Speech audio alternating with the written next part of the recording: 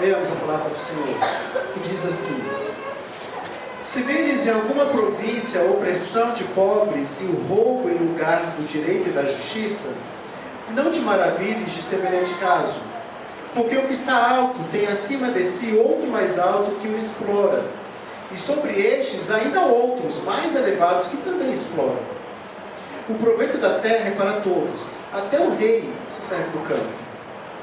Quem ama o dinheiro jamais dele se farta, e quem ama a abundância nunca se farta da renda. Também isto é vaidade. Onde os bens se multiplicam, também se multiplicam os que deles comem. Que mais proveito, pois, têm os seus donos do que os verem com seus olhos? Doce é o sono do trabalhador, quer coma pouco, quer muito, mas a fartura do rico não deixa dormir.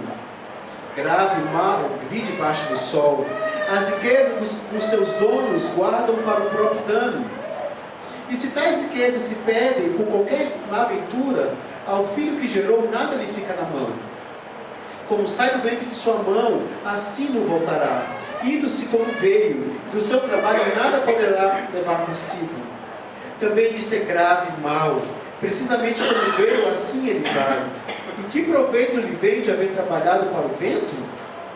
Nas trevas comeu em todos os seus dias, com muito enfado, com enfermidades e indignação. Eis o que eu vi.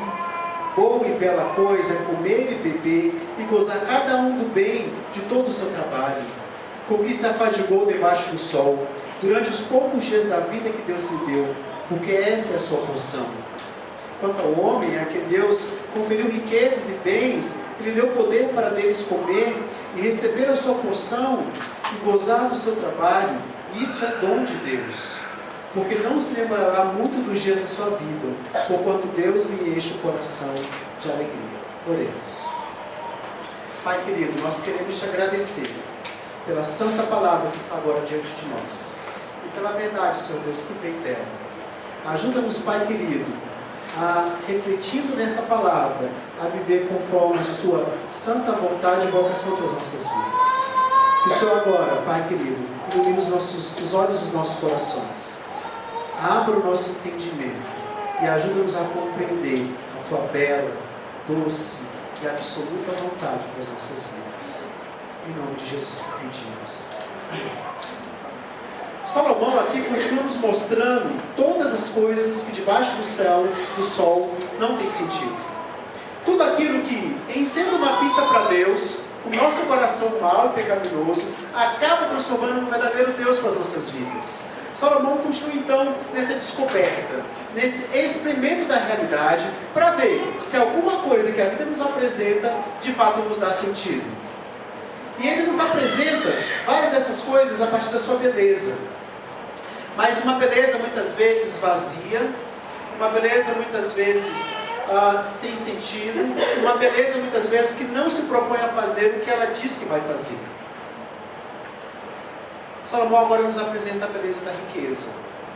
E nos apresenta que essa beleza muitas vezes não vai nos dar aquilo que ela promete nos dar. Por falar em beleza, há um filme chamado Beleza Americana, que nos mostra como vive uma família debaixo do sol. Uma típica família americana, como essa típica família americana pode viver debaixo do sol. O filme retrata então a vida de Lester Bushman, que é um homem na meia-idade, com 42 anos, e que ele vive como um todo, como grande maioria dos homens da sua idade vive numa sociedade americana.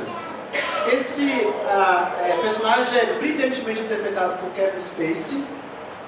E ele começa falando, no filme ele já começa falando que de certa forma ele já está morto, porque a sua vida é vazia, a sua vida é sem sentido.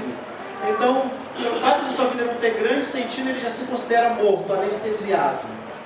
Sua esposa é tão fútil, tão vazia e tão pequena, que até o sapato dela combina com a tesoura que ela usa para podar o jardim. A sua filha é uma típica adolescente, chata, vazia, confusa, insegura, descontente e egocêntrica. O ponto alto do dia dele é quando ele pode se entregar alguns instantes à lascívia do seu próprio coração. ele fala que ele se sente constantemente sedado. Inclusive no seu trabalho, ele descobre que o seu chefe usa cartão corporativo para contratar prostitutas. O que o anima, o que anima esse homem na meia-idade, a possibilidade de ter um caso amoroso com a amiga adolescente de sua filha.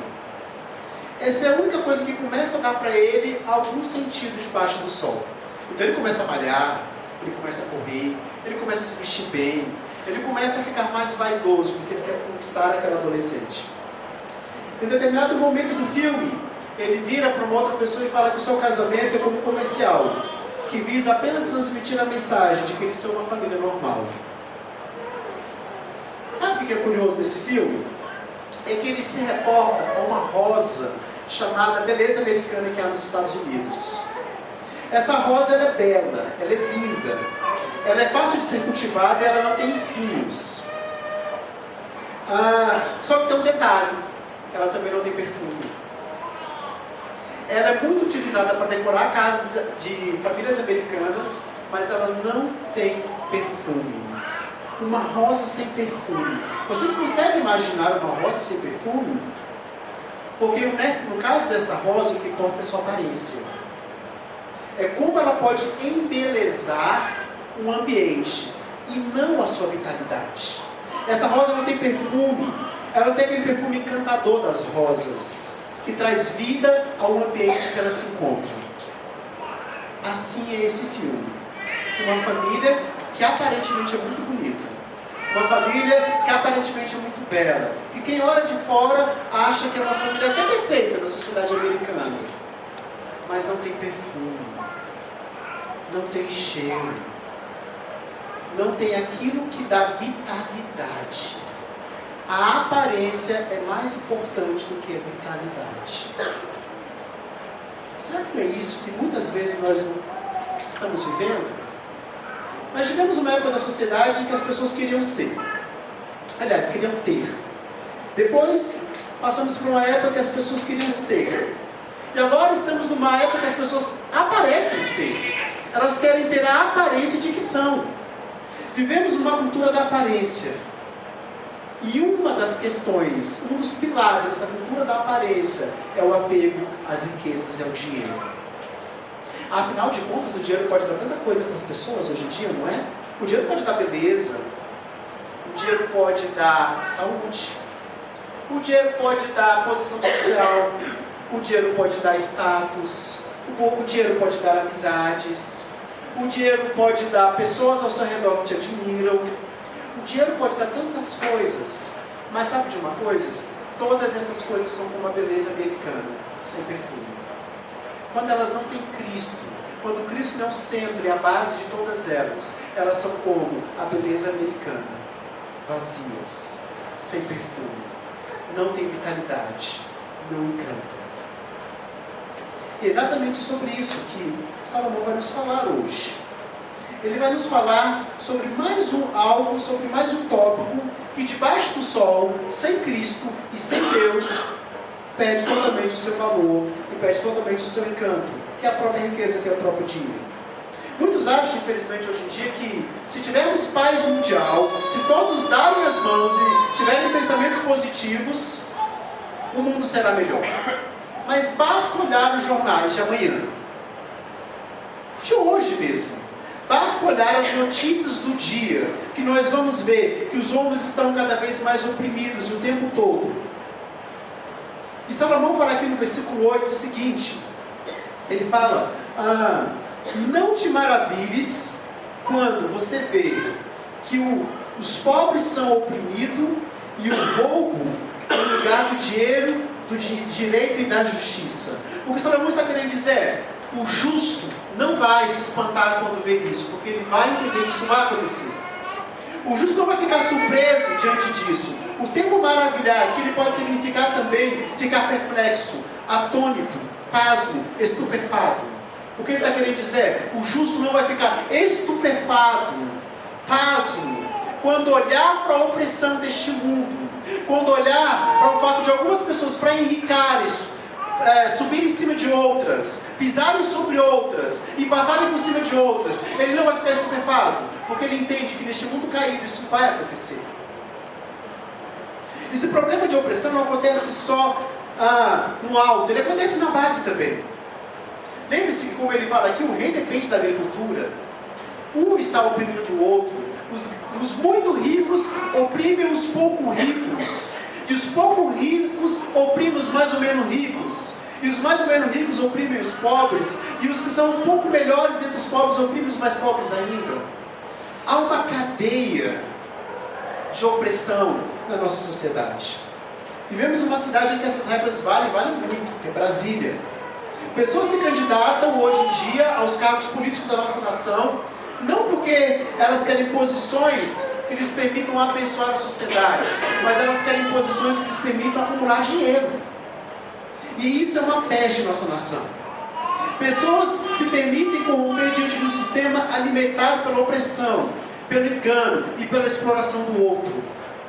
Somente o Deus Supremo está acima de todos, de tudo isso, e é imune a tais corrupções. Alguns homens são atraídos pelo centro do poder só para se desiludirem com o que vem ali, com aquela chocante avareza e chocante busca por poder e dinheiro que encontrou ali. Outros se sentem como se estivessem em casa com a corrupção. Os sábios sabem disso e eles não ficam amargurados diante dessa realidade. Eles não ficam perplexos, atônitos diante dessa realidade, porque eles entendem que debaixo do sol, essa realidade vai acontecer. Essa realidade já aconteceu na época de Salomão, essa realidade continua acontecendo hoje, e essa realidade vai acontecer sempre até a volta de Cristo. O sábio então não fica amargurado quando se depara com isso. Portanto, hoje, meus irmãos, eu gostaria de falar sobre o seguinte tema: o perigo das riquezas e o seu lugar debaixo do sol. Repito, o perigo das riquezas e o seu lugar debaixo do sol. Salomão, o pregador, então, vai nos trabalhar esse tema a partir de 3 apontamentos que ele vai fazer. Ele vai trabalhar o perigo das riquezas e o seu lugar debaixo do sol a partir de 3 apontamentos. O primeiro deles é: o amor ao dinheiro traz injustiça e tristeza social. Vamos reler o versículo 8 e o 9. Se vires em alguma província a opressão de pobres e o roubo em lugar do direito e da justiça, não te maravilhes de semelhante caso. Porque o que está alto tem acima de si outro mais alto que o explora. E sobre estes há ainda outro mais elevado que também explora. O proveito da terra é para todos, até o rei se serve do campo.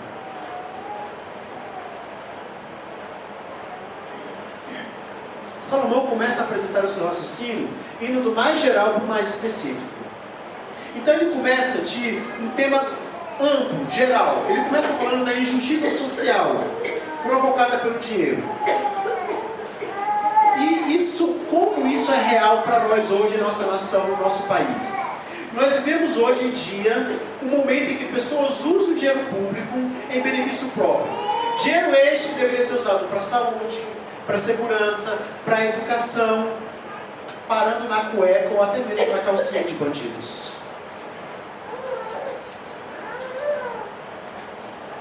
Se os irmãos ainda não assistiram, há um filme muito interessante que vai mostrar um pouco dessa exploração dos ricos pelos pobres, chamado O Jardineiro Fiel.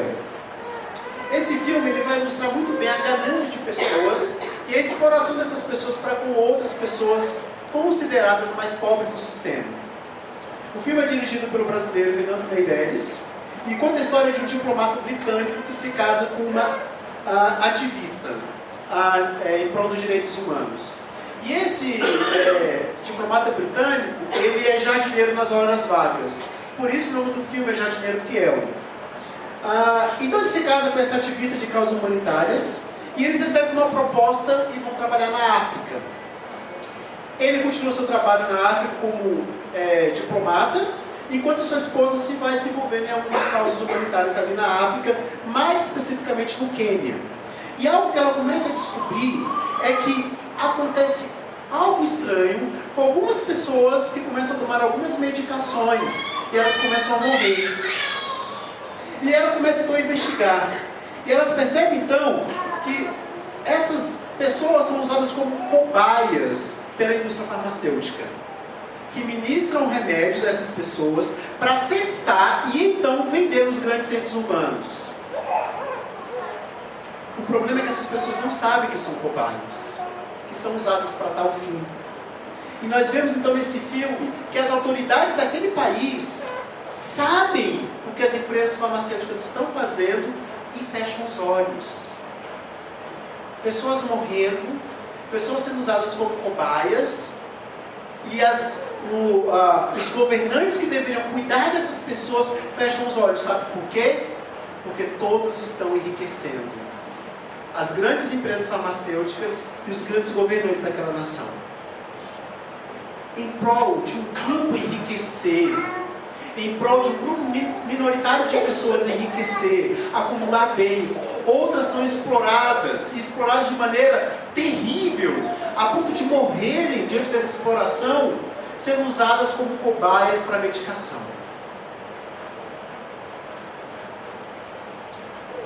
Veja bem, Salomão aqui não está condenando aquelas pessoas que enriquecem através de um trabalho duro, honesto, responsável, mas sim aquelas pessoas que enriquecem oprimindo outras, explorando outras, agredindo outras pessoas.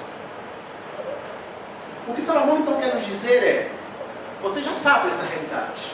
Eu tenho certeza que o que está sendo dito aqui não é novidade para nenhum de nós, de que pessoas muito ricas e poderosas oprimem pessoas pobres. Isso não é novidade.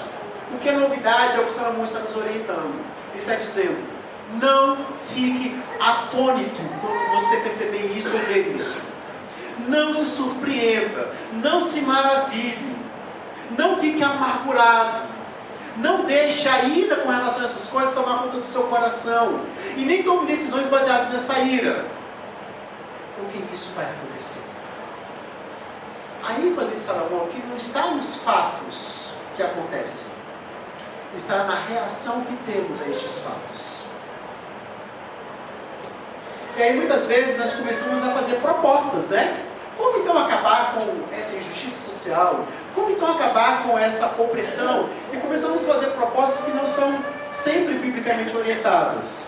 Nancy Priest, no seu livro Verdade Absoluta, ela nos conta uma dessas propostas que foram pensadas no solo americano. Os evangélicos americanos achavam o seguinte: vamos fazer o seguinte, para acabar com isso, vamos colocar um número maior de políticos que podemos, evangélicos, lá no Congresso americano.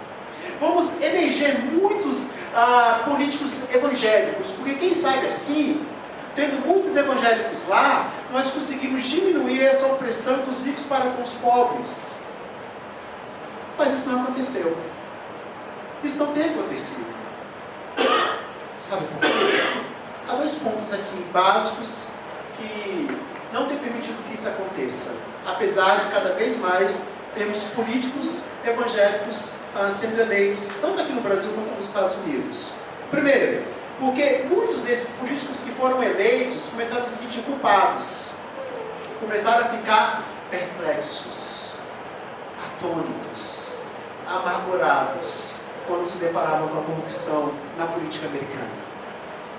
Eles sentiam como se não fossem leais ao chamado de Deus, porque caso fossem, não estariam na política. Qual é o problema aqui? O problema é que eles colocaram o trabalho profissional como sendo algo secular, considerando como menos valioso do que a atividade religiosa. Eles não entendiam que o trabalho deles era tão espiritual quanto o que eu estou fazendo agora aqui, que é pregar a palavra de Deus a vocês. O trabalho dos políticos evangélicos cristãos é tão espiritual, glorifica tanto a Deus, quanto o que eu estou fazendo aqui agora. Eles não entendiam que o trabalho deles era ali de frente do reino, e que eles deveriam sim estar ali e fazer o melhor para a glória de Deus ali onde estavam. O que na verdade nós fazemos aqui, meus irmãos, no domingo, é treinar vocês para viverem a semana. É treinar vocês para viverem durante a semana com as vocações que Deus deu a vocês, e assim abençoar a sociedade e glorificarem a Deus. O que nós fazemos aqui é um treinamento com vocês. Pena que muitos não vêm para esse treinamento. Pena que muitos negligenciam esse treinamento. O que acontece? Amanhã, quando forem questionados e precisarem viver a fé que estão aprendendo agora aqui, não vão saber. Por quê? Porque negligenciam o treinamento. porque não se dedicam ao treinamento, porque negam esse treinamento. Precisamos então aprender, segundo Nancy Pearce, a falar, a sermos bilíngues. Aí entendemos o seguinte: nós precisamos traduzir essa linguagem que nós usamos no domingo durante a semana. Assim como os políticos precisam traduzir a linguagem que nós usamos na igreja, lá no Congresso. Nós também precisamos traduzir essa linguagem que usamos aqui durante a nossa semana. Só que a gente quer usar a mesma linguagem e as pessoas não entendem. Essa é a grande questão. Como isso funciona, por exemplo, na política? Como a gente faz essa linguagem diferente na política? Os políticos evangélicos, eles precisam ir além de ter um bom testemunho moral e de evangelizar. Eles precisam ter uma perspectiva bíblica de Estado e de política. Eles precisam entender o seguinte: Deus criou o Estado com qual propósito? Qual o propósito para o qual Deus criou o Estado? E como nós vamos agir para que esse propósito seja alcançado? E precisam começar a pensar, a escrever e a falar sobre isso. Só que o que a gente faz? Tanto os políticos quanto nós no nosso dia a dia. A gente quer importar para a nossa vida de segunda a sexta, de segunda a sábado, o mesmo que nós fazemos no domingo. A gente quer fazer um cultinho lá no ministério, um cultinho lá no congresso, uma reunião de oração lá no meu ambiente de trabalho. Tudo isso é errado ou que isso é ruim.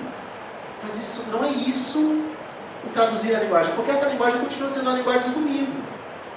O traduzir a linguagem é eu saber apresentar a proposta bíblica para a área onde eu trabalho. Eu saber pensar biblicamente naquilo que eu faço na segunda. E eu entender que aquilo que eu faço glorifica a Deus assim como o que eu faço no domingo. É eu ser um policial, que de fato é um policial, que vive o evangelho naquilo que faz. É eu ser um analista de sistema e ser de fato aquilo que Deus quer que eu faça na minha profissão. É em todas as áreas em que eu atuar durante a semana, eu apresentar uma perspectiva bíblica daquilo. Essa é a linguagem que nós temos que usar de segunda a sábado. Só que a gente se limita a debater sobre aborto, casamento homossexual. E sim, eu sei que esses temas são mais fáceis de defender, porque a moralidade está muito clara nesse caso. Mas temos que parar de nos limitar a esses debates, irmos para debates mais profundos em todas as áreas da vida. Só que poucos cristãos estão interessados em, por exemplo, desenvolver uma filosofia cristã de política. A gente prefere ficar só debatendo temas que sabemos que biblicamente são corretos, do que desenvolver um pensamento na área que trabalhamos. Eu queria pedir aos jovens universitários dessa igreja, em vez de ficar perplexo com o mal que vocês têm vindo aí, diante de vocês, em vez de ficarem debatendo isso na escola e ficarem atônitos diante da maldade que vocês têm visto, eu queria que vocês começassem a escrever monografias de conclusão de curso sobre perspectivas bíblicas da área que você está estudando. Eu gostaria que você começasse a pensar biblicamente, defendesse a sua fé, não apenas com base na moralidade, mas com base na redenção da cultura.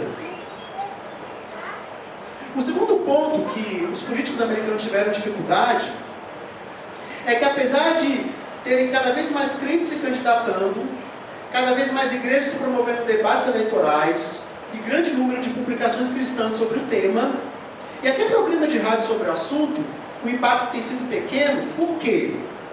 Porque os evangélicos continuam arriscando tudo em apenas uma questão: ativismo político no cenário público, sem perceber que a política tende a espelhar a cultura. O que eu quero dizer, meus irmãos, é o seguinte: a gente está filtrando tudo em eleger candidato evangélico. Só que o que o Congresso faz representa a cultura. E aonde está a cultura?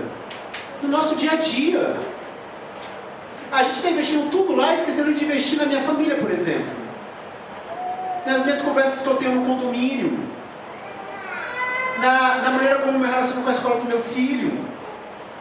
a gente está investindo tudo numa área e esquecendo das outras, essas sim vão fazer a grande influência, porque os políticos que estão lá e as decisões que são tomadas lá são reflexos da cultura, e a cultura se muda no nosso dia a dia, no meu ambiente de trabalho, na conversa que eu tenho com os meus vizinhos.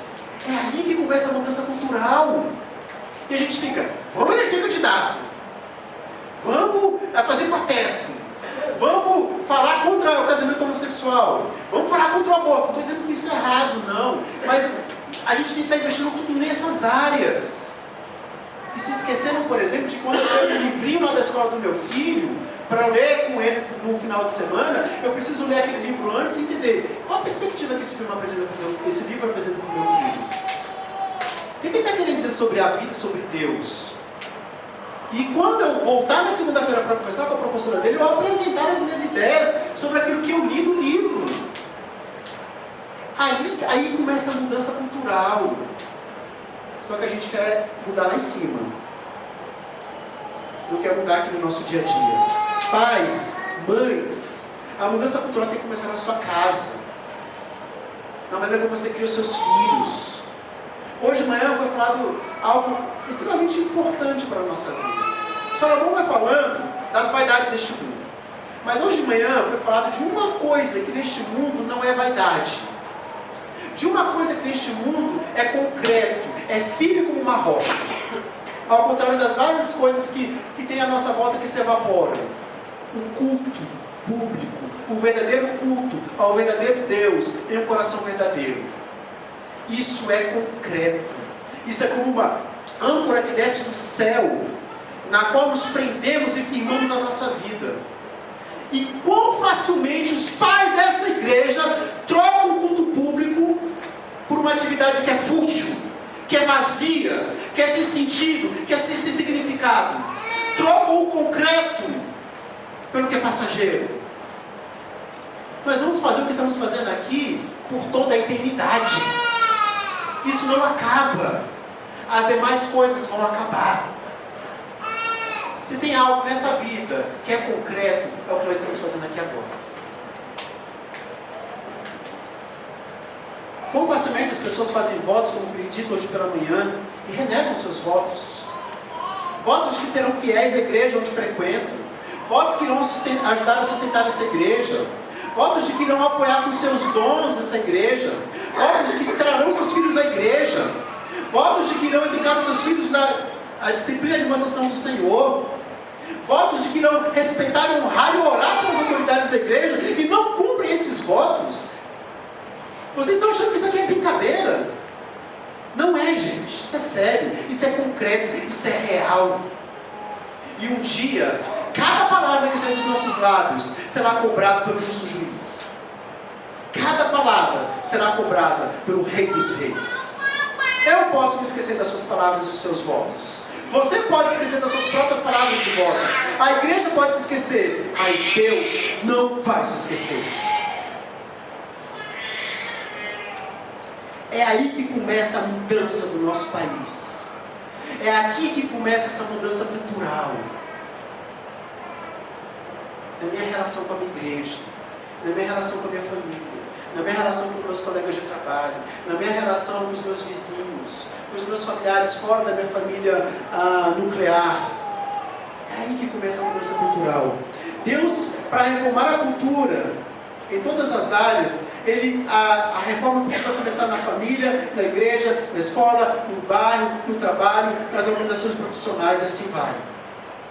É aí que a batalha precisa começar a ser vencida. E nós estamos tentando treinar vocês para isso, mas muitos aqui não querem. Muitos aqui recusam esse treinamento, viram as costas para isso.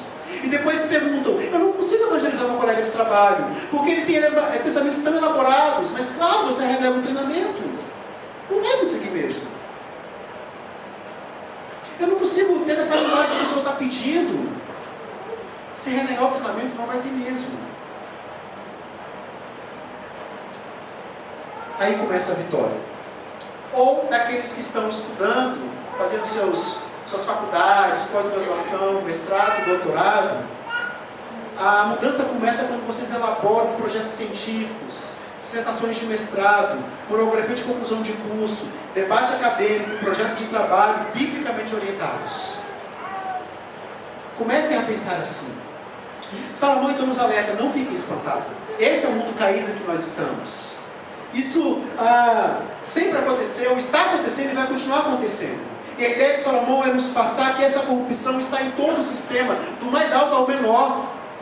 Por exemplo, o cidadão comum suborna o policial militar. Eu já estive em blitz em que tentaram subornar a gente com uma caixa de pizza.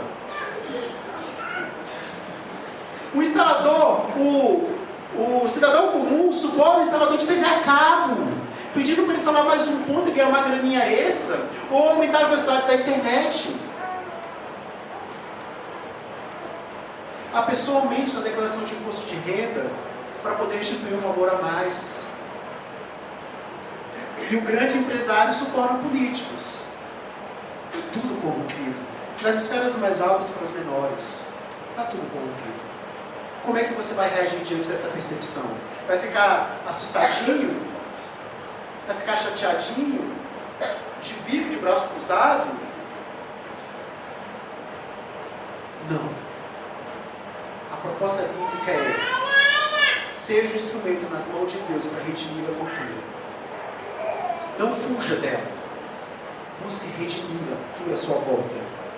Dos grandes aos pequenos, a exploração, a corrupção, a maldade. E o problema básico é, porque todos nós somos corrompidos, e o pecado está dentro de todos nós.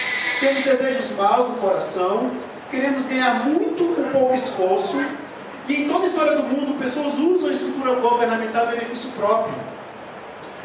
E quando ficamos diante dessa exploração, dessa maldade, começamos a nos perguntar: onde está Deus? Os petralhas enriquecendo, pessoas morrendo por falta de atendimento médico, nos hospitais públicos de Brasília. Será que Deus se importa com isso? É a pergunta que muitos se fazem. E ficamos estupefatos olhando para tudo isso, prostrados, questionamos a bondade e soberania de Deus, sendo paralisados. E essa paralisia rouba a nossa verdadeira adoração. Não se esqueça, Deus é a parte mais ofendida disso tudo.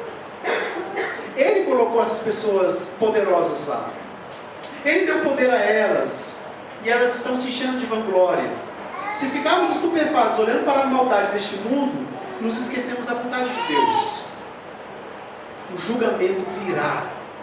Todos serão punidos diante do olhar límpido, penetrante e firme do nosso Senhor Jesus Cristo. Crianças, vocês já ouviram falar da história de Ali Babá e os 40 ladrões? Contos de Mil e Uma Noites. Qual que é essa história de Ali Babá e os 40 ladrões para aqueles que não conhecem? Para as nossas crianças. Ali Babá é um pobre leador que esbarra no tesouro de 40 ladrões. E ele consegue ver um dia que os 40 ladrões, eles entram numa caverna e eles falam: abra-te, Sésamo. E a caverna abre e eles entram naquela caverna. E quando eles saem, eles falam: fecha-te, Sésamo. E a caverna fecha, eles saem. E Ali Babá, então, ele consegue ouvir, consegue pegar as palavras mágicas e consegue entrar na caverna com essas palavras. Ali tem um grande tesouro. Ele leva uma parte daquele tesouro para ele. E as pessoas começam a desconfiar: como ele está ficando tão rico com esse tesouro? De onde ele está tirando esse dinheiro todo? Ele está começando a enriquecer. O irmão dele então questiona, e ele conta a verdade ao seu irmão. O problema é que seu irmão não é, digamos, menos ganancioso do que Ali Babá. E ele pega muito dinheiro. E os 40 ladrões percebem que está faltando. Eles começam a dar uma caçada para descobrir quem roubou aquele dinheiro. E o irmão então de Ali Babá um dia vai tentar entrar na caverna, e ele está tão fascinado com o dinheiro, tão entusiasmado com o dinheiro, que ele esquece das palavras mágicas. E fica lá diante da caverna tentando e não consegue entrar. E os ladrões chegam e o pegam e o matam. E aí vira uma carnificina toda a história. É uma história para crianças. Mas a ideia é: o que o amor ao dinheiro não provoca na vida das pessoas? O que o amor ao dinheiro não provoca no coração das pessoas? que desestrutura social esse apego, essa ambição provoca em nossa sociedade. Essa é a primeira lição que Salomão nos apresenta.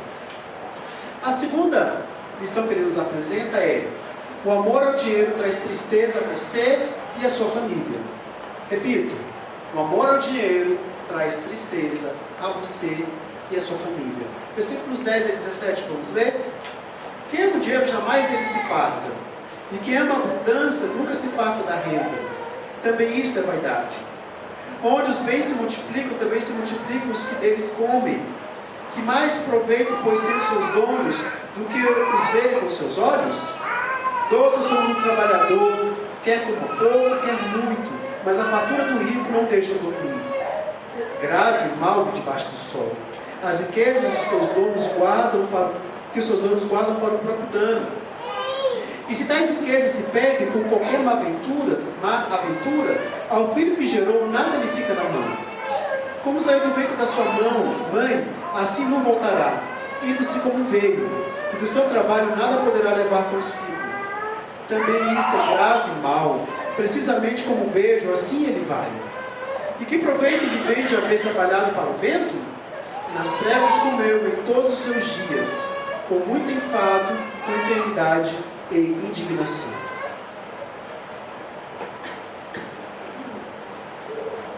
Salomão parte do nível mais geral, ele fala de toda a estrutura social corrompida pelo amor ao dinheiro, e agora ele parte para o nível mais próximo da gente, digamos assim, o nível menos geral, que é da família. E ele vai dizer então de famílias destruídas por causa do amor ao dinheiro. Em geral, nós somos fascinados com a ideia de ganhar dinheiro. Há pessoas cujo grande projeto de vida, eu já vi pessoas crentes dizerem isso, é ganhar o primeiro R$1 milhão. Há outros que jogam na loteria porque querem ganhar sem fazer muito esforço.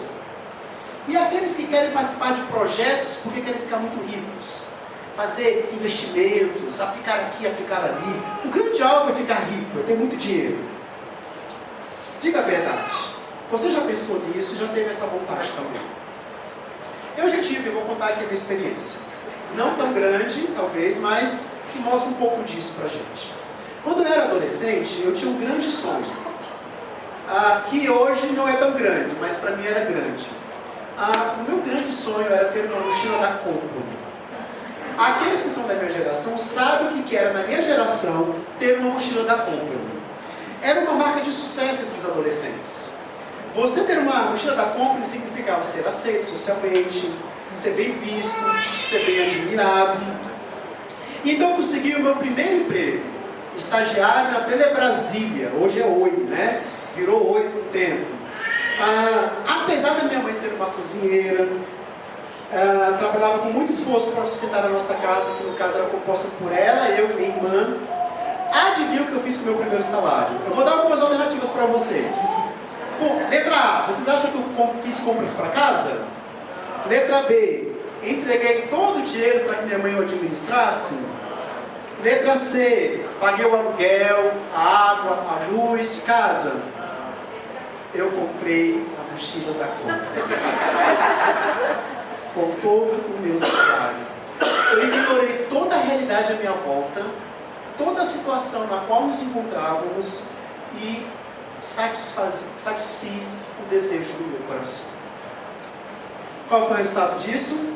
Frustração, chateação, tristeza. Por quê? Eu fui capaz de comprar a mochila da Company, mas eu continuei com vários outros desejos não satisfeitos.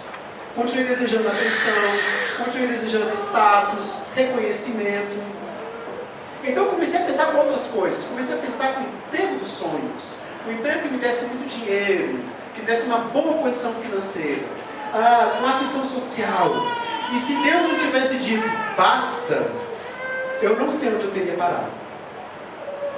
Aqui Salomão ele vai retomar esse tema, o tema da cobiça. E os efeitos que isso faz na nossa família. A cobiça sempre vai exigir mais. E ele mais uma vez usa o termo vaidade aqui.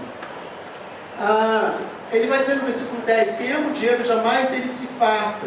E quem ama a abundância nunca se farta da renda. Também isto é vaidade. Nós já vimos o que significa vaidade. Significa vapor, fumaça. Coisa que passa com rapidez. Por quê? Porque essa sensação de poder ter alguma coisa que o dinheiro lhe dá é passageira, é fugaz. Ninguém leva nada disso consigo. Eu nem sei onde está a minha mochila da Google hoje. Não faço a mínima ideia do que aconteceu com ela. Ninguém leva nada dessas coisas consigo. Quem ama a fartura da prata, dorme com falsos amantes que não podem satisfazer. O acúmulo de bens traz consigo várias outras pessoas que vêm junto, né? Contadores, advogados, funcionários, gerentes, hostes de consultores, famintos com os olhos por aquilo que você tem. Ou seja, se multiplica as pessoas à sua volta. Ele fala isso aqui para a gente também. Os que constroem impérios, a maioria das vezes, descobrem que estão segurando um lobo feroz pelas orelhas. Tamanha dificuldade de controlar isso. Eu não diria com relação ao dinheiro, mas com relação ao poder. Nós temos um caso bem típico no nosso país hoje. Nós temos uma presidente que ganhou a eleição a todo custo e que agora não consegue segurar esse animal feroz que está escapando das mãos dela. Ela perdeu o controle. As pessoas se voltam contra ela, mas ela ganhou a eleição. Os poderosos fazem isso. Acumulam, mas infelizmente muitos se sentem menos poderosos quanto mais acumulam. Isso acontece por quê? Porque, por causa do que o Salomão falou, por causa que isso é verdade. Porque isso passa. Porque isso não dá solo firme, não dá base para a nossa vida. E então a pessoa descobre que trabalhou, adquiriu coisas, conseguiu muitas coisas, mas tudo aquilo passou ou um dia vai passar. Ok. Mas como eu faço, pastor, para entender e perceber que isso está acontecendo comigo? Que esse meu apego ao dinheiro está se tornando grande e que está prejudicando a minha família. Vou te dar um exemplo bem simples e tranquilo que vai te ajudar bastante a entender isso. Dá uma olhadinha no seu canhoto de talão de cheque. Ou então no extrato bancário. Ou no seu cartão de crédito, na sua fatura do cartão de crédito. Isso vai mostrar, vai dar um raio-x do seu coração. Aonde você está usando o seu dinheiro? Em que você está usando o seu dinheiro? Isso vai revelar a sua relação com Deus. E você vai perceber, será que realmente eu estou acumulando demais? Será que eu estou usando o meu dinheiro devidamente, corretamente, e glorificando a Deus? Dá uma olhadinha, faz essa semana esse teste. Olha o seu extrato bancário, vê no que você está gastando. Olha o teu talão de cheque. Olha o seu fatura do cartão de crédito. Por quê? Porque a maneira como nós usamos o dinheiro vai revelar a maneira como nos relacionamos com Deus. E a maneira como nós temos cuidado da nossa família. Não se esqueça de uma coisa. A glória é a coisa mais importante para Deus. Deus zela com sua reputação de uma forma exclusiva a Ele. A coisa mais importante que Deus tem de si próprio é a sua reputação. Se autoglorificar ou ser glorificado através de nós é o que é mais importante para Deus. Ele quer que sua fama se espalhe pelo universo. Ele quer que o seu reino seja visualizado. Ele enviou o seu filho para que trouxesse o seu reino à terra.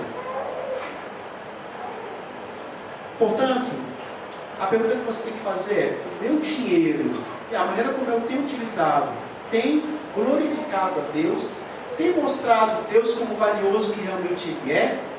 Tem mostrado a grandeza, a beleza de Deus? Essa é uma forma muito simples da gente perceber se realmente está apegado ao dinheiro ou não. Não são só os ricos, os milionários dessa nação que são apegados ao dinheiro. Nós também podemos ser muito bem apegados ao dinheiro. As pessoas pobres também podem ser. O fato de não termos não significa que não somos apegados. E essas são formas simples de percebermos isso. O dinheiro, então, ele pode sufocar a nossa adoração. Pode sufocar a nossa relação com Deus. Nós vimos hoje, então, isso. Que há algo concreto, que é o culto público. O dinheiro não é concreto como o culto público. Um outro teste para você perceber que realmente você é apegado ao dinheiro mais do que deveria. Qual é a facilidade que você tem para trocar o que é concreto pelo que é efêmero? Vou dar um exemplo. Qual a facilidade que você tem para tocar o culto público para ganhar um bom dinheirinho no domingo? Com que facilidade você abre mão de estar em contato com o concreto, com o real, com a âncora da sua vida, trocando pelo que é efêmero, que é o dinheirinho nosso de cada dia? Com que facilidade você troca uma coisa pela outra? Mais um teste. Se hoje você recebesse uma proposta de emprego, uma super proposta de emprego, mega salário, megas condições profissionais, plano de saúde, viagens, participação nos lucros, uma proposta assim, um emprego dos sonhos de qualquer um. Mas, para você sentar nesse emprego, você teria que deixar de frequentar a igreja aos domingos. Qual de nós aqui teria coragem de recusar? Isso revela o seu coração. Salomão então nos diz que, no versículo 11, que em volta de pessoas que acumulam dinheiro se enche outro grupo de pessoas. Bajuladores, pessoas que querem pedir ajuda, pessoas que querem tirar uma casquinha do seu dinheiro, né? E tem um exemplo da nossa história muito interessante. Então, eu li, há algum tempo atrás, aquele livro 1808, do Laurentino Gomes. Tem uma parte do livro, o livro conta a história da chegada da família real, família portuguesa real, ao Brasil, né? Dom João VI e a família real junto com ele. E ele conta no livro que a família, quando veio ao Brasil, a família real, quando veio ao Brasil, ela estava falida. Mas sabe quantas pessoas eles trouxeram? Mais ou menos 15 mil pessoas vieram junto com a família real. E no livro ele faz um comparativo com o governo americano da época, o governo de John Adams da época, que tinha 1000 funcionários. E a família real portuguesa, falida, tinha 15 mil pessoas mamando ali nas tetas da nação brasileira. A corte portuguesa então tinha de 10 a 15 vezes mais pessoas do que os funcionários americanos da época. Um historiador da época ele diz que, para nós termos uma ideia, essa corte ela consumia 513 galinhas, frangos, pombos e perus e 90 dúzias de ovos por dia. Eram cerca de 200 mil aves, 33 mil dúzias de ovos por ano.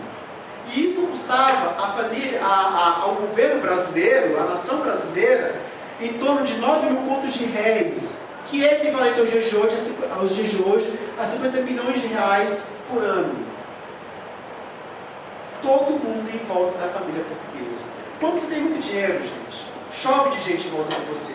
Vê um jogador de futebol, não é? Ele quer ajudar a família, ele quer ajudar o amigo, ele quer ajudar o vizinho, o pessoal lá da favela de onde ele veio, e junta um monte de gente em volta dele, nas festas, nos eventos que ele promove, um monte de gente em volta. Por quê? Porque agora ele tem dinheiro.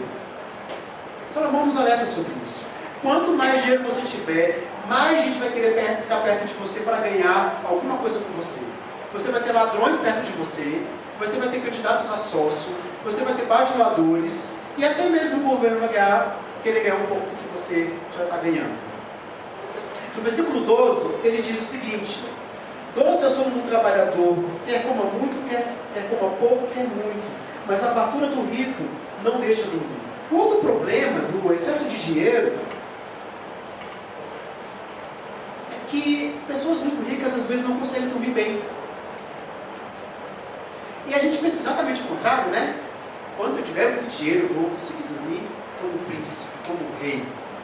Mas um detalhe curioso, talvez o pedreiro, que trabalhou o dia inteiro lá na obra, ele dorme melhor do que aquele cara que é o dono da obra. Porque ele não tem as preocupações que o dono da obra tem.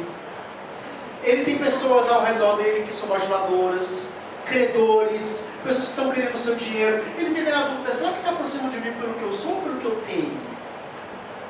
E a própria ansiedade que ele tem para como administrar o dinheiro é aquilo que foi colocado nas suas mãos.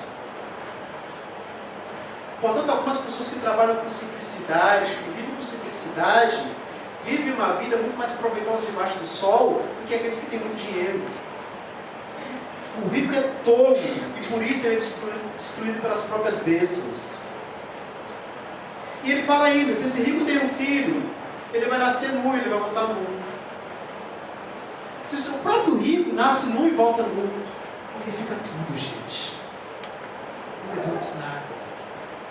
Sabe o celularzinho que você tanto se apega a ele, que está no seu bolso? Um dia vai quebrar. Sabe o seu tablet, que é tão precioso para você que ninguém mais toca? Vai pifar um dia. Sabe o seu carro, tão precioso para você, que você não empresta para ninguém, que às vezes alguém senta no banco de trás e já fica olhando assim para ver se está sujando. Eu tenho um amigo, gente, que quando as filhas dele entram no carro, ele já tem um lenço umedecido dentro do carro, ele limpa os pés e as mãos das filhas quando elas entram no carro. Um dia vai ser corroído. Nada vamos levar. Então pare de se apegar tanto a essas coisas. Para de colocar a sua base de vida, a base do que você é, da sua identidade nessas coisas. Porque elas vão ficar. O homem chega ao mundo desprovido de bens e deixa desprovido de bens, é o que ele nos fala. Ele fala, isso é tolice, o dinheiro vai acabar, tudo é vaidade. O último ponto então, que Salomão vai nos apresentar é que os nossos corações precisam se agarrar a algo mais precioso. Então ele parte do geral, ele parte falando da opressão que o dinheiro provoca na sociedade, depois ele parte para um mais próximo da gente, ele fala dos problemas que o dinheiro provoca na família, e agora ele vai falar do nosso coração. Que o nosso coração precisa pegar a alguém acima do dinheiro, a algo mais do que o dinheiro. Versículo 18, versículo 20. Eis o que eu vi. Boa e bela coisa é comer e beber e gozar cada um do bem de todo o seu trabalho, com que se afadigou debaixo do sol durante os poucos dias da vida que Deus lhe deu, porque esta é a sua porção. Quanto ao homem, é que Deus conferiu riquezas e bens e lhe deu poder para deles comer e receber a sua porção e gozar do seu trabalho, isso é dom de Deus. Porque não se lembrará muito dos dias da sua vida, porquanto Deus lhe enche o coração de alegria.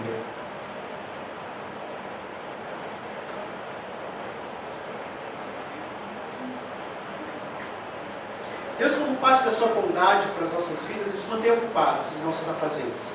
Graças a Deus temos trabalho. E aqueles que não têm devem orar para que tenham trabalho. Graças a Deus, porque isso é dom de Deus, isso é maravilha para nós. Isso é parte do nosso chamado, do nosso mandato para as nossas vidas. Agora, o problema é como nós nos relacionamos com isso. E o fato de alguns homens poderem receber tudo isso sem entender que é um dom de Deus é que é o problema.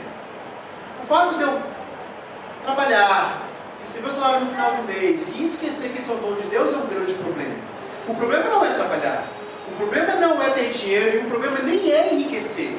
O problema é quando nós não olhamos para essas coisas como um dom de Deus para as nossas vidas e os nossos corações não estão em Deus acima dessas coisas. É agradável, é gracioso arrebatar-se e comer o bombom do dia. O homem pode receber sua porção de trabalho debaixo do sol e receber com alegria, é isso que Salomão nos fala. Quando ele recebe o que é dado por Deus, o homem pode se regozijar plenamente naquilo que Deus tem lhe dado. Quando essa porção é recebida de forma suave, como uma dádiva, isso é gracioso, isso é bom, isso é alegre, isso traz bom proveito debaixo do sol. E Deus nos dá a capacidade de nos alegrar com tudo isso. A beleza nisso.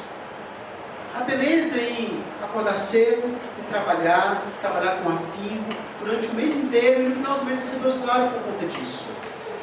E ele fala, Deus tem uma porção de tudo isso para você. Se alegre com a porção de Deus para a sua vida. Seja contente com aquilo que Deus tem te dado.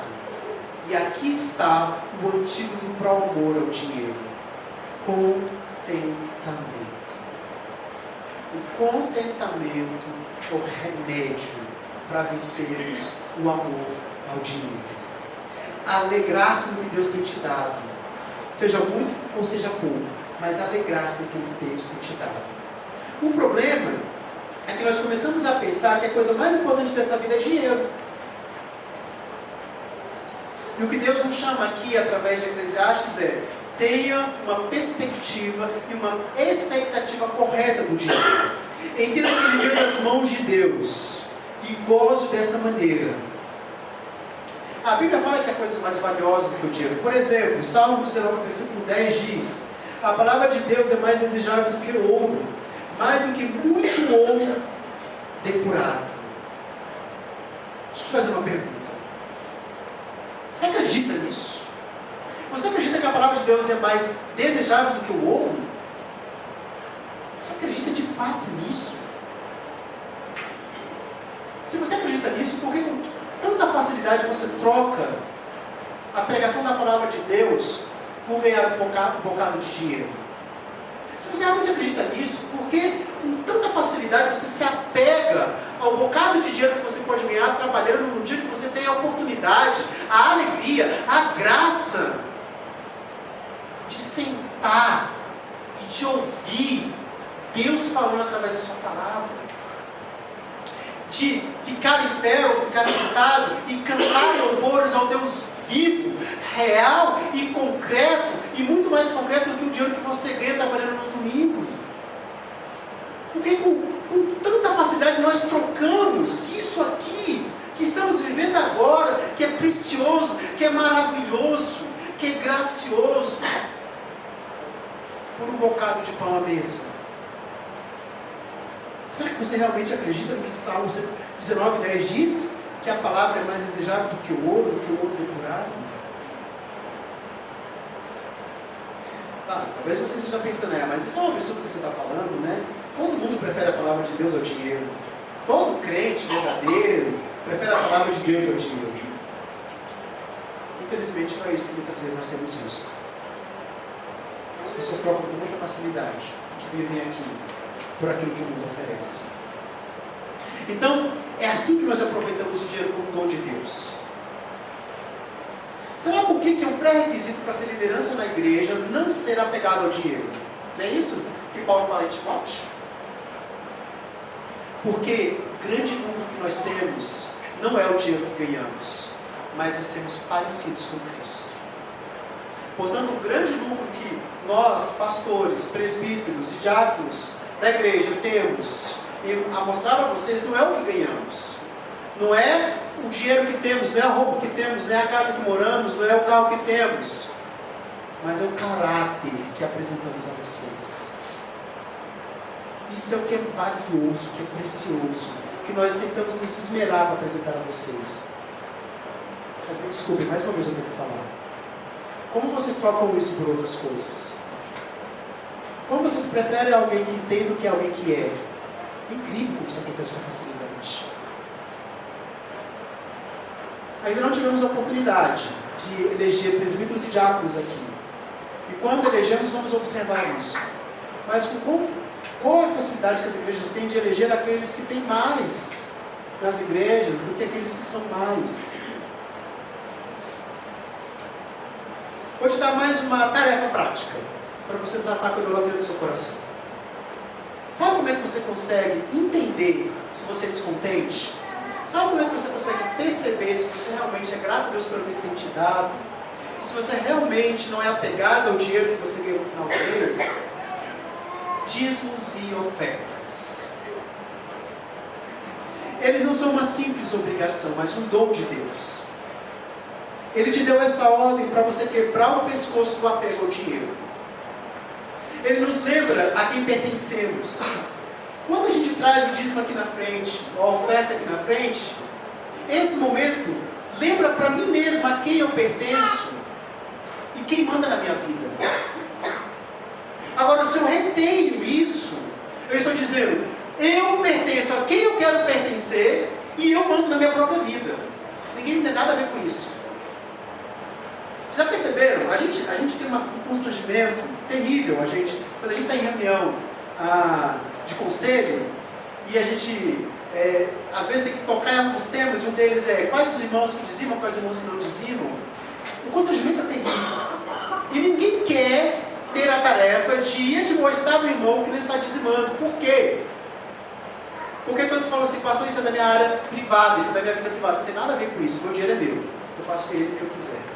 E nós Nós, como liderança, já incorporamos tanto isso que nós temos constrangimento em conversar sobre isso com as pessoas. Gente, nós não vamos fazer aqui o que o Universal faz. Nós não vamos fazer aqui o que as igrejas da Teologia da Prosperidade fazem. Vocês sabem disso. Nós não colocamos o dinheiro no centro do nosso culto. Mas Deus diz que devemos ofertar e dizimar. Isso é uma realidade. Se eu tirar isso da palavra de Deus, eu estou adulterando a palavra de Deus. Dizimar, ofertar, é uma ferramenta de mortificação do meu próprio coração. O problema é que nós aumentamos a nossa riqueza e diminuímos a nossa doação. Você sabia que hoje o brasileiro, o mediano, ganha, após reajuste de imposto e inflação, 4 vezes mais do que o brasileiro ganhava na década de 20? Aliás, no século 20, na década de 20, nós estamos no século 21. A renda real dos brasileiros aumentou mais ou menos 100% desde a década de 50. Nós temos mais roupas, nós temos mais casas maiores, jantamos fora regularmente. Você sabe do que eu estou falando e você sabe que o que eu estou falando é verdade. Pega a maneira como seus pais criaram você e a maneira como você está criando seus filhos. O que os seus pais deram para você e o que você está dando para os seus filhos. Você sabe que você prosperou. Você sabe que você ganha mais que os seus pais ganhavam. Você sabe que você tem uma vida melhor e uma renda melhor. A sua renda, a nossa renda, no decorrer dos últimos 20 anos tem aumentado. Mas também no decorrer dos 20 anos, 70% das pessoas doaram apenas 1% ou 2% da sua renda. 30% não contribuíram em nada, nem para a caridade, nem para a igreja. Entre os cristãos, essa média é muito pouquinho, 3 a 4%. 70% dos cristãos ofertam ou doam em torno de 3 a 4%. Ou seja, em valores percentuais, nós continuamos sendo avarentos, apegados ao dinheiro. Mesmo que a soma total pareça ser generosa. Agora, a Bíblia não vai deixar dúvidas que a generosidade é uma característica do crente espiritual, do crente maduro. Por onde começar? O Velho Testamento é muito claro ao falar que nós devemos dar 10% daquilo que ganhamos à obra de Deus. A casa de Deus que vai ter preocupação com os que sofrem, com os perdidos, com a própria gerenciamento e administração do que está acontecendo aqui. E o Novo Testamento não vai ser diferente disso. Se o Antigo Testamento estabelece 10% como limiar mínimo do povo de Deus em relação à sua generosidade, o Novo Testamento, Jesus, ele não rescinde o dízimo, pelo contrário, ele nos chama para um estilo de vida ainda mais radical, mais dedicado. Lucas 11:42, Jesus diz o seguinte: ai de vós fariseus, porque dais o dízimo da hortelã, da arruda e de todas as hortaliças, e desprezais a justiça e o amor de Deus. Deveis, porém, fazer estas coisas sem omitir aquelas. Vocês entenderam o que ele está dizendo? Dê o dízimo e sejam generosos. Dê o dízimo e ajude o próximo. Ele não está dizendo que você tem que fazer uma coisa em detrimento da outra. Ou que uma coisa se justifique em relação à outra. Ele está falando, faz os dois. Ele está confirmando um percentual de 10%. Mínimo, como expressão de generosidade ao seu povo. Quero compartilhar com vocês a minha prática. Devido à minha infância pobre, de algumas privações, a gente nunca passou fome, mas passamos muito perto disso. A gente vivia em barracos de madeira, onde quem estava fora via quem estava dentro, etc. Né? A maioria das roupas que eu ganhei na infância foram doadas. Brinquedos, eu sabia que era brinquedo na loja de brinquedo, olhando na vitrine. Infelizmente, por causa disso, eu desenvolvi um coração muito apegado ao dinheiro, apegado aos bens. Em algum momento da minha vida, eu achei que ganhar bem, ter um bom salário, daria sentido à minha vida. Me colocaria, de fato, numa posição em que não estava quando eu era criança. Portanto, apesar de Cristo ter modificado isso, me regenerado, essa ainda é uma luta do meu coração. Então eu preciso adotar algumas estratégias para mortificar o meu próprio coração. Uma delas é, claro, o dou dízimo. O dou dízimo é algo que é parte da minha vida, da minha devoção a Deus, da minha relação com Deus. Agora, dentro de dar o dízimo, que para mim é o mais básico, a maneira como eu dou me ajuda a mortificar o meu coração. Eu, por exemplo, não faço transferência eletrônica na conta do banco para a conta da igreja. Por que não?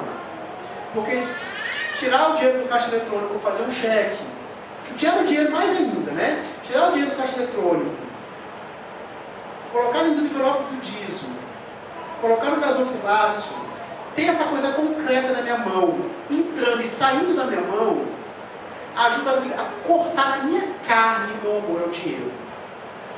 Ajuda a dar um golpe decisivo, fatal no meu apego ao dinheiro. Por isso que eu, por exemplo, nas 2 últimas igrejas que eu pastoreei, nossa, tem esse negócio assim, desconta o dízimo do seu salário. Eu não estou dizendo que pastores que fazem isso estão errados, mas para mim não é bom. Porque esse negócio de descontar o dízimo do salário do pastor, acaba que eu não consigo ver aquele dinheiro saindo da minha vida. Eu preciso ver o que é concreto saindo das minhas mãos, para entender a importância disso. E para isso cortar na carne o meu apego ao dinheiro, o meu amor ao dinheiro, a minha falta de generosidade. Aí você vai falar, mas pastor, tirar dinheiro do caixa eletrônico, colocar na bolsa, isso é tudo muito perigoso hoje em dia. É muito complicado, eu sei disso. Eu entendo isso.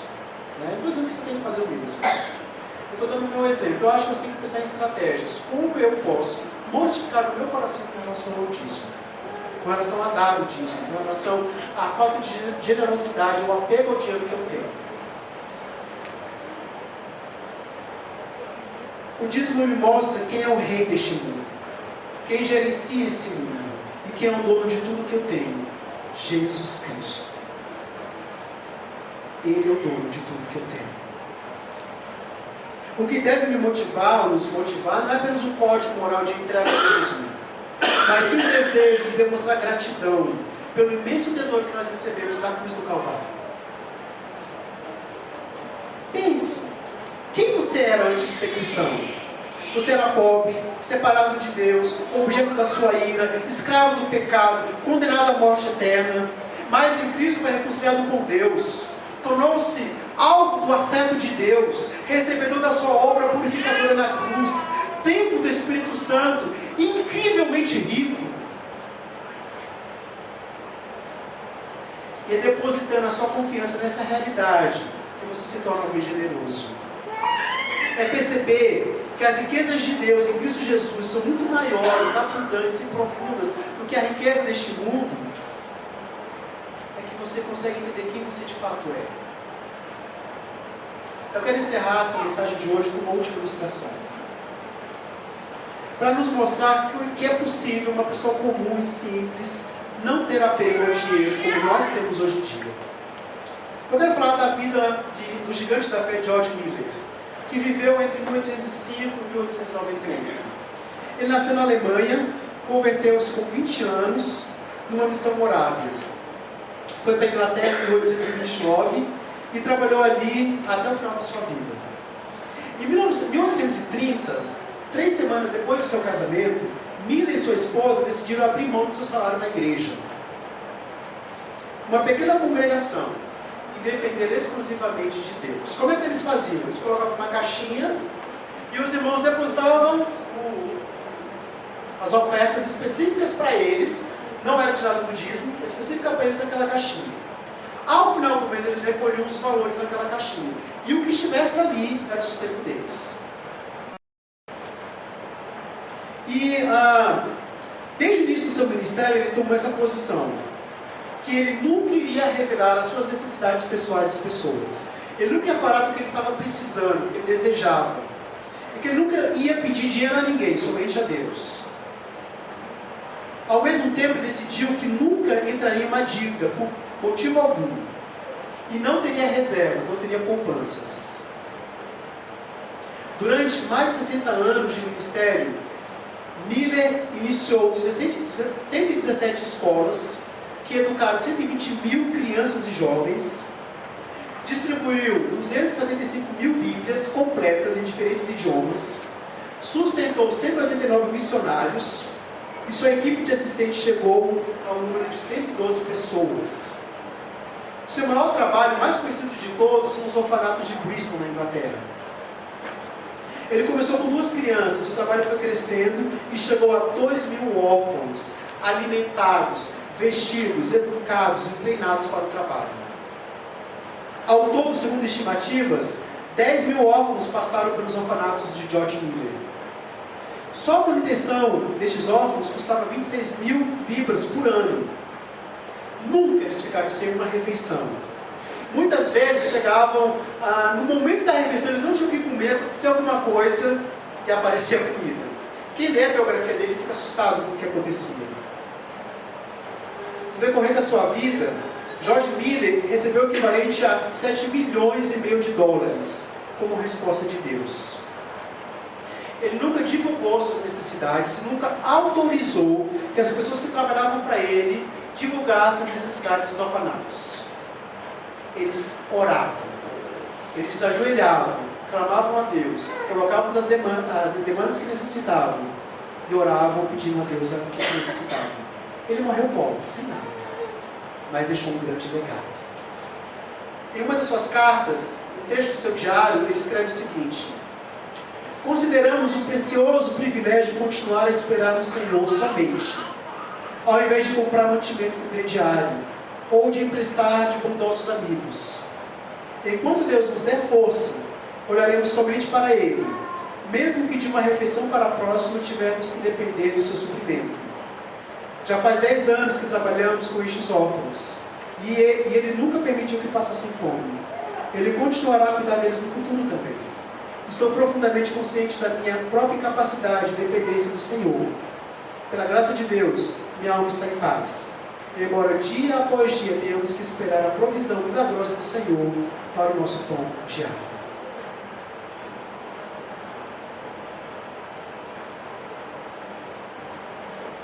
Analise a sua relação com o dinheiro.